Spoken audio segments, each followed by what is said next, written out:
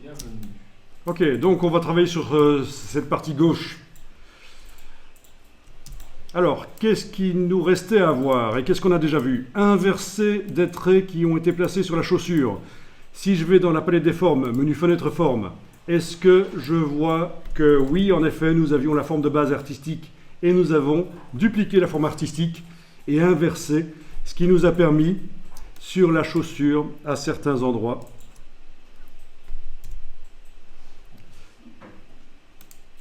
je suis en train de faire une gaffe là.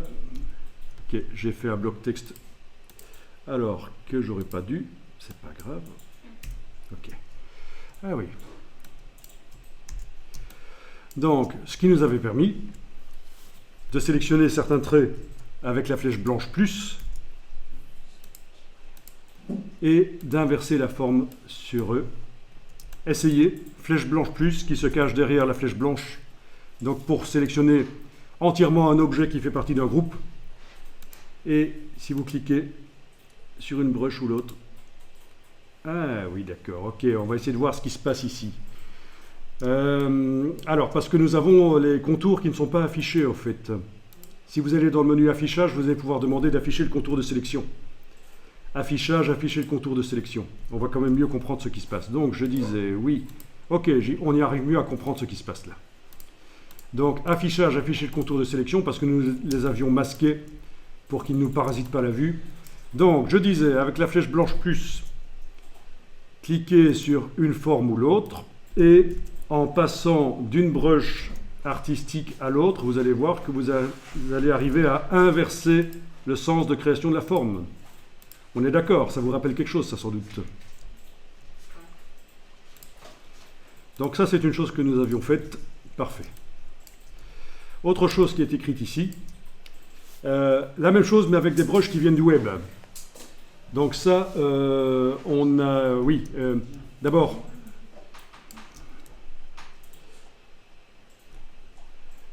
ok. Tester avec d'autres brushes artistiques livrées avec Illustrator, c'est ce qu'on a fait sur l'autre plan de travail avec les brushes aquarelles notamment. Idem mais avec des brushes qui viennent du web, on ne l'a pas encore fait. Ce sera pour plus tard parce qu'aujourd'hui je voudrais vous montrer la colorisation par la technique de la peinture dynamique. Coloriser les traits avec des couleurs globales, je pense qu'on n'a pas encore fait non plus. Voilà, alors ça c'est le sujet qu'on va voir aujourd'hui. Donc je saute quelques sujets intermédiaires pour directement passer à quelque chose de différent.